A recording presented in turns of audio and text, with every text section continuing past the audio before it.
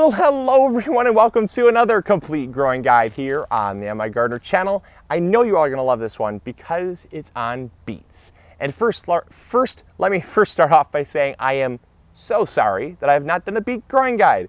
We've had so many people messaging us saying, Luke, where's the beet growing guide? I'm like, okay, check our complete growing guide list.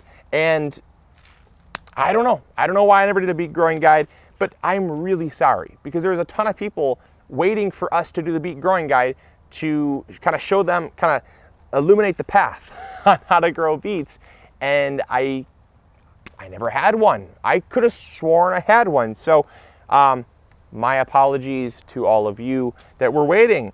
But this is going to be a complete growing guide on beets. So now if it's too late for you to start beets this year, at least you got the information for next year. And one of the things that is fun about beets, starting off, is that, like I said, if there's not enough time this year, there's time next year. And if there's time next year, there's time in the spring, summer, and fall next year. Beets are something that can be grown all season long at numerous different stages. And when succession planted, that means planting about every week to 2 weeks apart, you can have a harvest all season long of beets. Beets are so fun to grow because they are hot, they're very heat tolerant, they're very cold tolerant, and they really do grow in almost any weather, at least here in Michigan. If they get above 100 degrees, they do struggle and some will go to flower, and they won't form as nice of a root. But unfortunately, that's kind of the nature of the beast when growing in hot weather, is that a lot of your root crops like radishes and turnips and beets, they don't get as large because they are so stressed from the heat that they tend to just flower or focus a lot of their growth on flowering. But if you're in a place like Michigan, you can grow all season long. It's an incredible crop to grow. So let's get right into it. Let's jump on into it here. Beets. Beets are an awesome crop if you have not perfect soil. A lot of times people say, what type of soil do I need? Well, beets, they'll grow in almost any type of soil, but having the right type of soil will help you get nicer beets. Beets will grow in harder clay soil, and in fact, a lot of farmers will grow beets as a kind of a cover crop, or I guess not really a cover crop, but a secondary crop to help loosen the soil, aerate the soil, and they'll still be able to harvest it and make some money on their efforts. So beets will grow in harder clay soil for that reason. They'll help aerate that soil up in heavier clay soil. But obviously having really loose soil is going to do a couple things. It's going to help with root development, which is obviously really important. Root development is great if you want to get the taproot nice far down in the soil, help it to stay really healthy, drought tolerant, and things like that. But also what it'll help you do is it helps you keep uniform shape. Oftentimes we get pictures of people where their beets are taller than they are wide and they're all crazy shaped and things like that. That's because they're having a hard time because the soil is pressing in around the beet, and instead of allowing the beet to grow out, it's kind of forcing the beet to grow up the path of least resistance. And so if your soil is very loose and very fluffy, it's going to not have any resistance, and it's really going to be able to do its thing. Now what we've gone and done is I've taken about a 1-inch layer of compost from our compost pile, and I put some of that on. That's always a good practice, especially if it's your second crop. Even if it's your first crop, it's good to, in the spring, it's good to remineralize the soil, things like that. So anytime we're planting beets, we're always starting with a fresh slate, because that's going to help loosen that soil. It's going to help keep things really loose, give it a lot of organic matter, a lot of water holding capabilities, things that are really important to beets that we'll get into. Another thing that it does is what it really does best is it will provide lots of nitrogen. And one of the things that I see most people not doing well enough when growing beets is providing enough nitrogen. Everyone always says, my beets, they didn't do anything other than grow really awesome leaves. That's because you didn't have enough nitrogen. Beets are one of the only crops that I know of that take so much, they require a certain amount of nitrogen to begin setting root development. And I don't mean phosphorus. Oftentimes gardeners will load on the phosphorus saying phosphorus is really good for root development. It's, and I want bigger roots, being bigger beets. I'm gonna give them lots of phosphorus. You do not need a lot of phosphorus to grow beets. You don't even need really a lot of potassium to grow beets. You need to focus on the nitrogen, because if you have enough nitrogen in the soil, the plant is going to grow up in its leaves first, and the excess energy is then taken back down to form a larger beet, okay? And so it needs a lot of upper leaf growth to create the photosynthesis from the sun that then comes back down and stores into the beet itself. If you don't have enough nitrogen, it's going to just form enough leaves to kind of survive, and it's not going to focus any energy into the root, and you'll find that your roots are very woody. We see so many times people are like, I harvested my beets, but I almost broke a tooth biting into them because they're so hard. That's the problem. That's the problem, is they just become really woody. And you'll notice that the beet actually will look kind of woody on the outside. It'll look kind of like almost like a, I don't know, pepper stem or something. It's just super gnarly and woody instead of really tender and soft with a very gentle skin and a nice shape. So that's what nitrogen is going to give you. Also, what we've gone and done is we've sprinkled about a cup over top of this, maybe 10 square feet or so. And so we sprinkled about a cup of trifecta over top of this 9, maybe 12 square feet.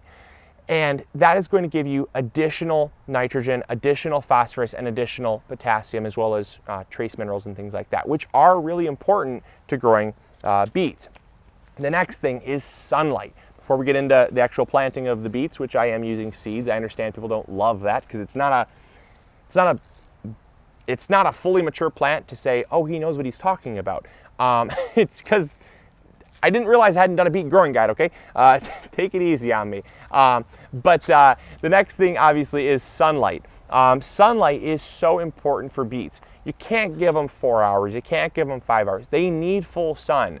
If you're growing them for, the roots or the shoots or the flowers or the fruits, they need 5 to 8 hours of sun. If you're just growing them for like leaves and you don't care about the beets, I guess you could probably get away with around 4 hours or so, because the leaves are edible and they're very delicious. But we want the nice big roots there so we can enjoy those. And those require lots of sunlight, because again, it goes back to what I stated with the nitrogen aspect, is you got to have lots of energy to form those big bulbous roots. And that's that photosynthesis that is created from the sun. So you need lots of nitrogen to create lots of leaves, but if there's lots of leaves and no sun, the two go hand in hand. So you got to have lots of that. Now the final thing before I get into planting them and spacing them and things like that is you really need to make sure that you water frequently. So again, with the compost, it goes hand in hand. A lot of stuff that we do here goes hand in hand. The compost helps loosen the soil, helps aerate the soil, and it gives it lots of nitrogen, but it also, what it does is it holds water. Having that humus, having the that rich, beautiful organic matter. I'll show you a close-up of what our soil looks like so you have an idea of what yours should look like as well if you want beets like what we get, which are like the size of apples. They're huge beets. And so what you really need to do is make sure that they have lots of moisture, because what will happen is if your beets dry out, either they will not form a bulb at all because they're just trying to survive, so they really go into flowering and things like that, or what they'll do is they will, your beets will be very, very, very tough. Again, that's another reason why beets they don't form a nice tender bulb. They get really woody, and that's because there's not enough water in the soil. Another thing too is if your beets dry out, go bone dry, oftentimes what will happen is even if you have a really nice sized beet, it will crack so many times. Even for us, we've had beets crack because the soil dries out, and then the bulb itself shrinks too fast and it can't keep up. And then if it gets rewatered again or something like that, it will it'll split, much like a tomato will or things like that. That the skin can't expand and contract fast enough with with the shrinking or expanding of the fruit itself. Now I understand that beets are not fruit, but it's still the same concept. So if you want to prevent the cracking as well, keep even soil moisture. I cannot stress that enough. All right. So, first I want to show you what our soil looks like here. Check this out. It is so awesome. our soil has little chunks of, little bits of humus, punky wood. It's got organic matter that's already broken down. It's got little twigs and little bits of sand and kind of little bit of pebbles and things like that. This is all makes a very good, rich growing medium that holds water, holds on to air. It gives places for fungus and animals to call home. Bacteria will thrive. And notice, no matter how much I crunch it together, it just still breaks apart. That is incredible soil structure right there. That is probably some of the best soil we've ever had, in fact. And so what you want to do when you're planting beets, now I do usually have the So Perfect seeder with me, which we've had videos on that in the past if you don't know what I'm talking about, but I actually left that up at the cottage. So we were planting up there and I accidentally forgot it. So unfortunately I've got to use my hands for this one, but what you want to do is you want to plant 2 seeds about every 3 to 4 inches apart. I mean, I always eyeball, I've done it long enough, but yeah, it's about 3 inches there. So about 3 inches for like a high density planting. But if you're looking for a little bit bigger bulbs and not as much competition, or maybe you're looking at stretching your seeds out, you can go 4 inches with your spacing and be perfectly fine. But the reason why I'm planting 2 seeds and not 1 seed like this, I've stopped doing this. See here, this is a very poor method of spacing, because you'll notice, let's say one doesn't sprout, right? Let's say this one doesn't sprout. What happens is you still are too close here, and then you're going to end up taking this one out, and then you're way too far apart. And that's why I'd rather thin a seedling than to have my spacing all whacked up and, you know, have to go back and you're losing a lot of your productivity from your bed.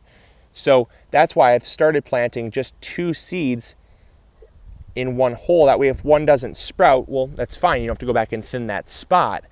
But it's a lot more effective at getting the amount of plants that you need in a given space. As far as soil pH goes, I never worry about, when I'm planting beets, what my soil pH is, because I don't do anything with it. I just use pure compost. And pure compost is a natural pH buffer of 7. So assuming you're planting in pure compost, don't worry about it. If you're planting in like clay soil or something like that, I'd recommend maybe getting a pH test. The reason why I know my plants are going to do well is because my pH is 7. But beets really don't like a pH of any lower than 5.5, and they don't like any higher than around a pH of 8.